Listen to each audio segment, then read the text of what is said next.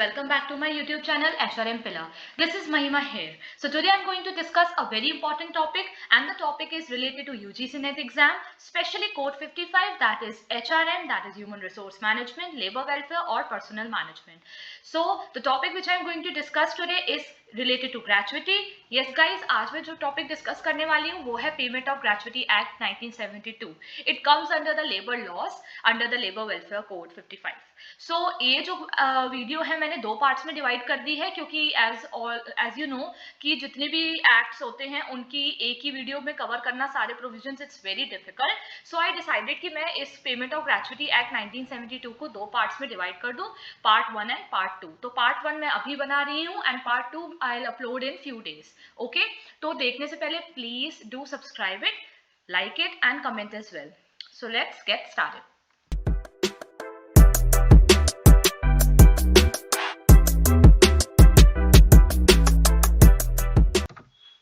सो as usual अपनी topic को समझाने से पहले I always give you the gist points कि मैं कंटेंट्स में क्या क्या डिस्कस करूंगी. तो पार्ट 1 में जो पेमेंट ऑफ ग्रेचुइटी एक्ट है उसके अंदर I am going to discuss the introduction part, definitions which are like it's very normal, क्योंकि ये सारे ही एक्ट्स में आपको मैंने डेफिनेशन पार्ट बताया है, तो it's not very difficult to understand.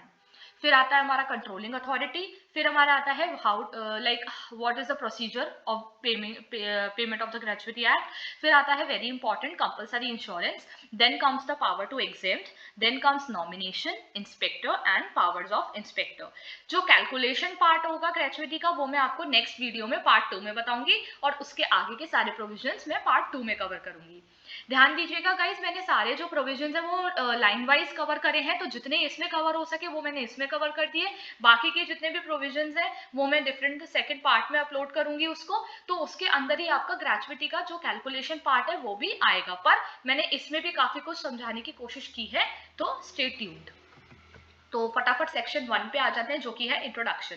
सबसे पहले it's very important to understand the term gratuity. What do you mean by gratuity? So gratuity is a monetary benefit which is provided by an employer to an employee for the services rendered within the organisation.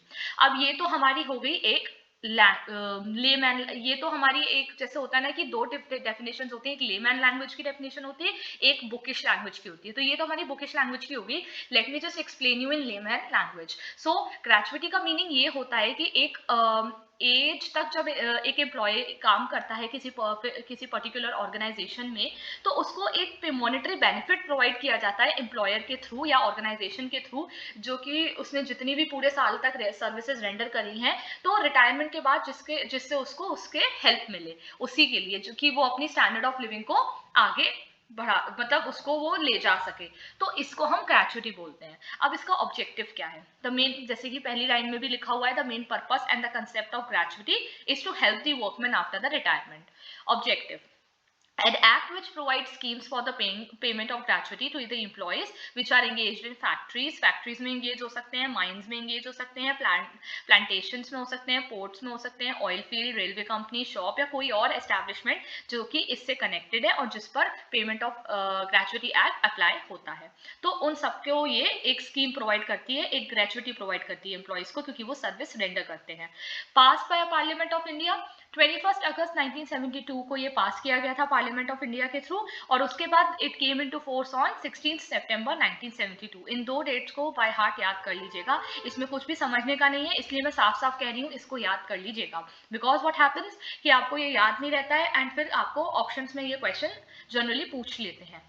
Applicability. Applicability क्या है? हर factory, हर mine, हर oil field, plantation, port, railway company, हर जगह ये applicable रहता है. Every shop, every establishment, other establishment और क्लास ऑफ एस्टेब्लिशमेंट जहाँ पर 10 या 10 से ज्यादा भी इंप्लॉइज काम कर रहे हैं, वहां पर भी पेमेंट ऑफ ग्रेचुइटी एप्लीकेबल होता है and it extends to the whole of India. So guys I guess आपको इंट्रोडक्शन समझ में आ गया होगा.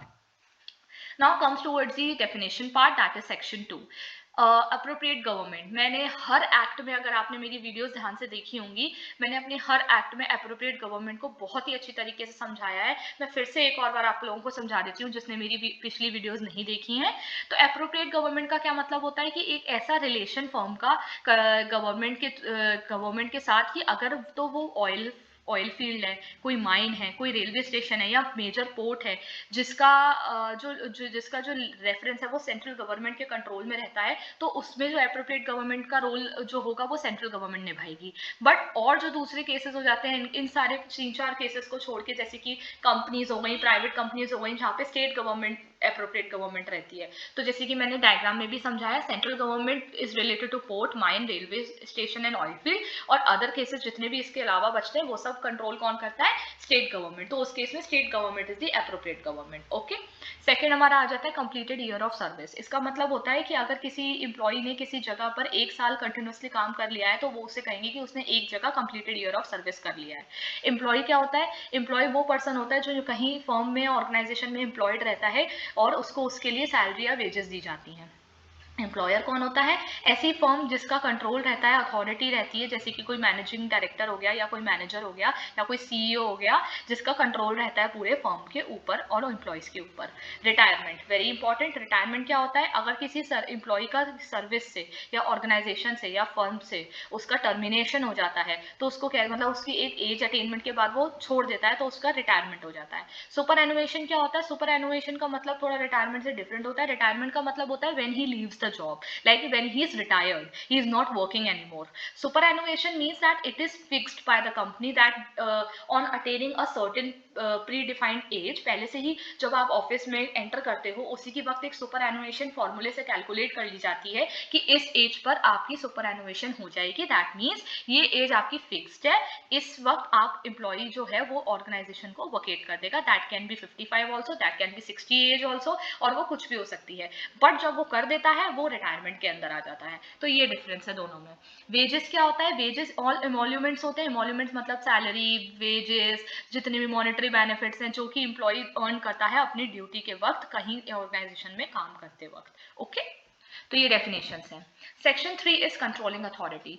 एप्रोप्रिएट गवर्नमेंट एक नोटिफिकेशन निकालता है ऑफिशियल गैजेट में कि उसको एक ऑफिसर चाहिए जो कि कंट्रोलिंग अथॉरिटी का काम करेगा, और वो सारे एडमिनिस्ट्रेशन के लिए जो जितने भी एडमिनिस्ट्रेशन होगा, प्रोविजंस होंगे एक्ट के, वो सारा रिस्पॉन्सिबिलिटी जो होगी वो कंट्रोलिंग अथॉरिटी की होगी। और वो और डिफरेंट कंट्रोलिंग अथॉरिटीज को भी अपॉइंट करेगा डिफरेंट डिफरेंट जगहों पर जहाँ पे वो एडमिनिस्ट्रेशन देखेंगे।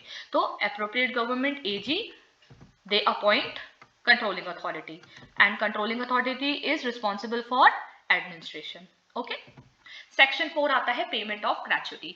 ग्रेचुटी जो है वो एम्प्लॉय को उसके टर्मिनेशन ऑफ एम्प्लॉयमेंट पे मिलती है। मतलब कि जब उसका एम्प्लॉयमेंट से टर्मिनेशन हो जाता है, जब उसको 5 साल कंटिन्यूसली उसने काम for not less than 5 years, इसका मतलब कि जब तक उसने 5 साल काम ना किया हो उसके बाद ही उसको ग्रेचुटी के लिए वो अप्लाई कर सकता है, या फिर उसको जैसे होता है ना एप्लीकेबिलिटी होती है। तो gratuity will be payable to employ after he has rendered continuous service for not less than 5 years on his superannuation, on his retirement या रेजिग्नेशन, या ऑन हिज डेथ या डिसेबलमेंट। मतलब अगर किसी एम्प्लॉय ने किसी जगह पर 5 साल काम कर लिया और उसके सुपर एनुएशन के बाद, सुपर एनुएशन मतलब उसकी रिटायरमेंट की एज आ गई, या फिर वो रिटायर हो गया, या फिर उसने रिजाइन दे दिया, या डेथ या डिसेबलमेंट, इन 4-5 केसेस पे, और उसके 5 साल भी हो गए हैं, उस केसेस पे उसको ग्रेचुटी मिलेगी ही मिलेगी। Okay, for every completed year of service the employer shall pay gratuity to an employ. तो ऐसा नहीं है कि 5 साल के बाद मिलेगी, तो 5 साल के बाद मतलब वो एप्लीकेबल होगा तो उसको 5 साल में एक बार मिलेगी, नहीं, 5 साल के बाद वो एप्लीकेबल हो जाएगा तो उसे हर साल मिला करेगी। जैसे कि अगर 5 साल के बाद जो छठा साल होगा, छठा, 7वां, 8वां, 9वां, हर साल के लिए अलग अलग ग्रेचुटी मिलेगी, और ये रिस्पॉन्सिबिलिटी किसकी है? एम्प्लॉयर की। और उसको किस रेट पर मिलती है? मतलब at the rate of 15 days wages based on the rate of wages last drawn.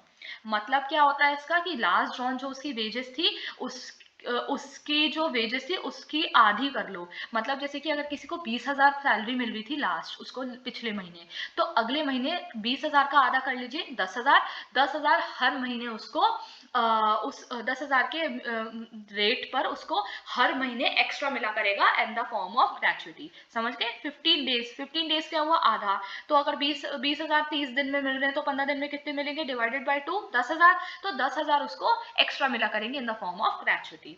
कब मिला करेंगे? जब उसको 5 साल हो जाएंगे वहां काम करते करते। Amount of gratuity payable to, अब इसमें तो फिर गड़बड़ हो जाएगी कि अगर कोई बहुत कमा रहा है तो इसका ये मतलब तो नहीं है कि उसको 15 दिन का आधा करके उसको हर महीने एक्स्ट्रा देते रहेंगे, नहीं। एक लिमिट सेट कर रखी है कि एक अमाउंट जो है एम्प्लॉय को वो एक्सीड नहीं करना चाहिए 3,50,000 रुपीज से, ठीक है। तो ये आपको याद होना चाहिए that amount of gratuity must not exceed 3,50,000 for the purpose of computing gratuity payable to an employee who is employed after his disablement। अगर उसको डिसेबलमेंट हो गई है तो उसकी तो वेजेस रिड्यूस हो जाएगी, तो जो उसको पहले मिल रही थी उतनी जितनी उसको मिल रही थी वो उतने पीरियड के लिए दी जाएगी, और जब उसका ये डिसेबलमेंट हो जाता है उस and his wages for the period subsequent to his disablement shall be taken to the wages as so reduced, ठीक है। इसका मतलब क्या है? प्रीसीडिंग मतलब पहले, सब्सिक्वेंट मतलब बाद में। तो for the purpose of computing the gratuity payable to an employee who is employed after his disablement on reduced wages, his wages for the period preceding will be taken to the shall be taken to be the wages received by him during that period. तो वो जो पहले वो salary लिया करता था वो उसकी ग्रेचुटी हो जाएगी, मतलब तब उस महीने के लिए, और बाद में जितनी उसको मिल रही थी वो उस हिसाब से रिड्यूस कर देंगे, ओके। सेक्शन 4A भी है। सेक्शन 4A बहुत इंपॉर्टेंट है, इसमें कंपलसरी इंश्योरेंस समझाया गया है। तो with the effect from such date which is notified by the appropriate government, एक डेट नोटिफाई करता है एप्रोप्रिएट गवर्नमेंट ऑफिशियल गैजेट में, जिससे क्या स्टार्ट हो जाता है, हर एम्प्लॉयर को other than employer on establishment under the control of central government will obtain. मतलब इसमें क्या है कि सेंट्रल गवर्नमेंट का ये जो या तो सेंट्रल गवर्नमेंट के अंडर या फिर स्टेट गवर्नमेंट के अंडर हर एम्प्लॉयर का ये रिस्पॉन्सिबिलिटी होती है कि वो एक इंश्योरेंस ऑब्टेन करें, और ग्रेचुटी पेमेंट करवाने के लिए, मतलब लाइबल करवाने के लिए उनका एक इंश्योरेंस होना चाहिए। और कहाँ से होना चाहिए? Life insurance corporation of India से होना चाहिए, which is established under act life corporation of India act 1956। जो ये एक्ट है उसके अंदर आपकी LIC आती है और आपको इंश्योरेंस लेना जरूरी है, ठीक है। अब एप्रोप्रिएट गवर्नमेंट कुछ लोगों को एग्जेम्प्ट कर देती है जिनके पास ऑलरेडी एक अप्रूव्ड ग्रेचुटी फंड होता है इन रिस्पेक्ट ऑफ एम्प्लॉयज। अगर उन्होंने अपने एम्प्लॉयज के लिए पहले ही एक अप्रूवल करा रखा है ग्रेचुटी फंड का, तो उनको ये कंपलसरी इंश्योरेंस करवाना बिल्कुल भी जरूरत नहीं है, तो वो अपना ऐसे ही कंटिन्यू कर सकते हैं अपना। और हर एम्प्लॉयर को जहाँ पर इसकी भी एक लिमिट होती है कि अगर जहाँ पर 500 से ज्यादा लोग काम कर रहे हैं वहीं पे एक अप्रूव्ड ग्रेचुटी फंड बन सकती है, नहीं तो 500 से लोग कम काम कर रहे हैं तो आपको लाइफ इंश्योरेंस एक्ट के अंडर इंश्योरेंस करवाना पड़ेगा। That is what called as compulsory insurance. Every employer shall within such time as may be prescribed registered with the controlling authority and no employer shall be registered under the provisions of this section unless he has taken an insurance.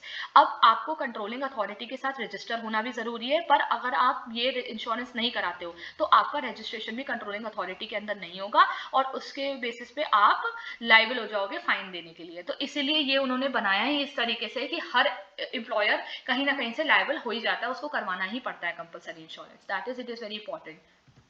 Compulsory insurance he continue हो रहा है अभी। Appropriate government फिर एक notification देती है जिसके अंदर वो सारे रूल्स एंड रेगुलेशंस लिखती है कंपलसरी इंश्योरेंस से रिलेटेड और ग्रेचुटी एक्ट से रिलेटेड, और उसमें बोर्ड ऑफ ट्रस्टीज उसको अप्रूव करते हैं और अप्रूव्ड ग्रेचुटी फंड भी वही लोग करते हैं। और and for the recovery by controlling authority the amount of gratuity, अगर रिकवरी करवानी होती है इन केस में, तो अगर पेमेंट नहीं कर पाती है एम्प्लॉयर तो एम्प्लॉय को पेमेंट भी कंट्रोलिंग अथॉरिटी रिकवर करवा देती है। अगर कोई एम्प्लॉयर फेल हो जाता है पेमेंट करने से, तो जो प्रीमियम मिलता है इंश्योरेंस का वो ही दिया जाएगा एम्प्लॉइज को under the amount of gratuity, और उसके अंदर इंटरेस्ट भी इंक्लूड होगा, ओके। और अगर जो कोई जानबूझकर कॉन्ट्रावीन करता है इन प्रोविजंस को तो उनको पनिशमेंट मिलती है, और पनिशमेंट के फॉर्म में उनको फाइन है जो कि 10,000 तक एक्सटेंड हो जाता है। और अगर वो कंटिन्यू करते हैं उसके बाद भी, एक बार फाइन लगता है उसके बाद भी वो कंटिन्यू करते हैं ऑफेंस करना, तो उसके बाद एक फर्दर फाइन लगता है जो डेली बेसिस पे लगता है, वो 1,000 मतलब 1000 पर डे। पहले 10,000 फाइन लग गया, उसके बाद अगर रेगुलर फाइन चल रही है, ऑफेंस हो रहा है, कॉन्ट्रावीन हो रहा है, तो फिर एक दिन के हिसाब से 1,000 रुपए फाइन लिया जाएगा एम्प्लॉयर से। तो आई होप आपको समझ में आया होगा। सेक्शन 5 है हमारा पावर टू एग्जेम्प्ट।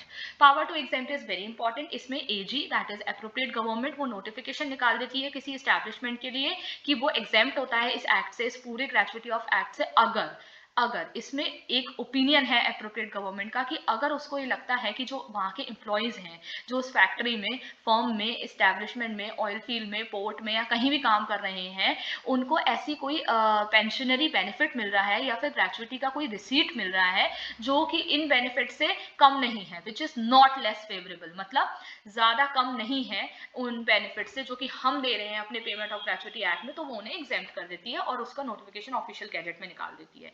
ऐसे ही वो कुछ स्पेशल एम्प्लॉयज को या क्लास ऑफ एम्प्लॉयज को भी एग्जेम्प्ट कर सकती है नोटिफिकेशन निकालकर, अगर उसको ऐसा लगता है कि वो स्पेशल एम्प्लॉयज और एक क्लास ऑफ एम्प्लॉयज को कोई रिसीट दी जा रही है ग्रेचुइटी की, या फिर उनको कोई ऐसा पेंशनरी बेनिफिट दिया जा रहा है जो लेस फेवरेबल नहीं है, जो कि हम बेनिफिट्स दे रहे हैं, बिल्कुल इक्वल बेनिफिट्स मिल रहे हैं, तो दोबारा डबल बेनिफिट्स हम नहीं प्रोवाइड करेंगे, हम उसी को काउंट कर लेंगे और पेमेंट ऑफ ग्रेचुइटी को हम अप्लाई नहीं करेंगे। ठीक है, तो एग्जेम्प्ट एनी एस्टेब्लिशमेंट और exempt any class of employ. Section 6 आता है आपका नॉमिनेशन। एम्प्लॉय जिसने 1 ईयर सर्विस कंप्लीट कर ली है उसको नॉमिनेशन के प्रोविजंस में हम अप्लाई कर लेते हैं। एक एम्प्लॉय एक नॉमिनेशन के लिए क्या करता है, वो अमाउंट, ग्रेचुइटी अमाउंट को डिस्ट्रीब्यूट करता है और अपने, अगर उसके काफ़ी सारे नॉमिनीज होते हैं, अगर एम्प्लॉय की फैमिली ही उसकी नॉमिनी है जब वो नॉमिनेशन बना रहा होता है, तो फिर वो जो नॉमिनेशन होगा वो उसके एक या एक से ज़्यादा फैमिली मेम्बर के फेवर में ही बनेगा। बट जब वो नॉमिनेशन कर रहा होता है और उसकी कोई फैमिली मेम्बर नहीं होते हैं, तो वो नॉमिनेशन किसी के भी फेवर में बना सकता है। अगर जब उसने नॉमिनी बनाया और उसका जो नॉमिनी था वो एम्प्लॉय से पहले ही उसकी डेथ हो जाती है, तो जो इंटरेस्ट मिलेगा नॉमिनी का वो भी एम्प्लॉय को ही मिल जाएगा और उसको उसके बाद एक फ्रेश नॉमिनी बनाना पड़ेगा, फ्रेश नॉमिनेशन करना पड़ेगा। जितने भी नॉमिनेशन होते हैं, जितने भी फ्रेश नॉमिनेशन होते हैं या फिर जितने भी चेंजेस होते हैं, ऑल्ट्रेशन होते हैं, वो सारे के सारे एम्प्लॉय को बताने पड़ते हैं एम्प्लॉयर को, और वो उस इंफॉर्मेशन को एक सेफ कस्टडी में अपने पास रखता है। ओके, मैं आपको बता देती हूँ, एम्प्लॉय है जिसने 1 साल कंप्लीट किया, वो एप्लीकेबल हो जाता है नॉमिनेशन के लिए। अब नॉमिनेशन 2 तरीके के होते हैं, या तो वो फैमिली है नॉमिनेशन के वक्त या फैमिली नहीं है। अगर उसकी फैमिली होती है तो नॉमिनेशन उसके फैमिली मेंबर्स के फेवर में बनेगा, पर अगर फैमिली नहीं होती है तो दूसरे पर्सन के फेवर में बनता है। ओके गाइस, तो ये नॉमिनेशन है। Inspector, that is section 7A। Appropriate government एक नोटिफिकेशन निकालती है एज यूजुअल, जैसे कंट्रोलिंग अथॉरिटी के वक्त निकाला था कि उनको एक इंस्पेक्टर अपॉइंट करना है जो कि फिट फॉर द जॉब है इस पर्पस के लिए, इस एक्ट के लिए। तो अब जो एप्रोप्रिएट गवर्नमेंट है वो ऑर्डर करेगी कि वो कौन सा एरिया देना चाहती है उस अथॉरिटी को या फिर उस इंस्पेक्टर को, और फिर वो बाकी 2 और 2 से ज़्यादा इंस्पेक्टर को अपॉइंट करेगा उसी एरिया में और डिस्ट्रीब्यूट कर देगा कि आपका क्या क्या काम है, आपको एलोकेट कर देगा उसके according. Every inspector has to be deemed as a public servant, वो पब्लिक सर्वेंट के अंदर आएगा under section 21 of Indian penal code 1860 penal code के अकॉर्डिंग वो पब्लिक सर्वेंट ही ट्रीट किया जाएगा। ओके गाइस, पावर क्या होती है इंस्पेक्टर की, वो कोई भी इंफॉर्मेशन निकाल सकता है एम्प्लॉयर से, वो एंटर कर सकता है और इंस्पेक्ट कर सकता है reasonable hours per, working hours per, और असिस्टेंट से बात कर सकता है कहीं भी, और प्रीमाइसेस के अंदर जा सकता है, चाहे वो फैक्ट्री हो, फाइन हो, ऑयल फील्ड हो, प्लांटेशन हो, रेलवे स्टेशन हो, पोर्ट हो, कोई भी जगह हो, और वहां पर जाके वो एग्जामिन कर सकता है, कोई भी रजिस्टर खुलवा सकता है, कोई भी रिकॉर्ड देख सकता है, कोई नोटिस देख सकता है या कोई अदर डॉक्यूमेंट देख सकता है। वो एग्जामिन कर सकता है अगर उसको कोई लगता है with respect to any matter कि कुछ हुआ है, और एम्प्लॉयर या फिर जिसको भी वो उस प्रीमाइसेस में फाइंड करता है उस वक्त जब वो जाता है उससे वो बात कर सकता है, और अगर उसको लगे तो वो उनकी कॉपीज भी निकाल सकता है, जो उसको रजिस्टर में मिला, कोई एक्सट्रैक्ट्स मिले, कोई रिकॉर्ड मिला, नोटिस मिला, उसकी कॉपीज भी रख सकता है अपने पास, और अदर पावर्स जो होती हैं उनको भी एक्सरसाइज कर सकता है। अगर उसको लगता है कि उसको किसी से निकलवाने हैं, कोई रजिस्टर मंगवाना है, तो वो भी कर सकता है, और ये सब आता है under section 175 and 176 of Indian penal code 1860। तो ये सारे पावर ऑफ इंस्पेक्टर्स, ये जो पावर्स हैं ये बहुत इंपॉर्टेंट है, इसलिए मैंने इसको हाईलाइट करके लिखा है। Okay, so guys thank you so much. मुझे लगता है कि आपको इतना पार्ट 1 में समझ में आया होगा। मैंने ज़्यादा हबड़-दबड़ नहीं करी, काफ़ी ज़्यादा रश नहीं किया, क्योंकि मुझे लगता है कि आपको ईजिली समझना चाहिए पहले डिटेल में कि पेमेंट ऑफ ग्रेचुइटी होता क्या है। अब जितनी भी कैलकुलेशन पार्ट हमारी बचेगी, अब आपको पहली बार में इंट्रोडक्शन समझ में आ गया, तो अब आपको कैलकुलेशन पार्ट बहुत ईजिली समझ में आ जाएगा, तो मैंने इसलिए उसको पार्ट 2 में रखा है। तो आई होप दैट आपको ये स्टार्टिंग के सारे प्रोविजन समझ में आए होंगे। So thank you so much for watching my video, and keep sharing it, keep learning, keep motivating yourself, and work hard. This is Mahima signing off from the video.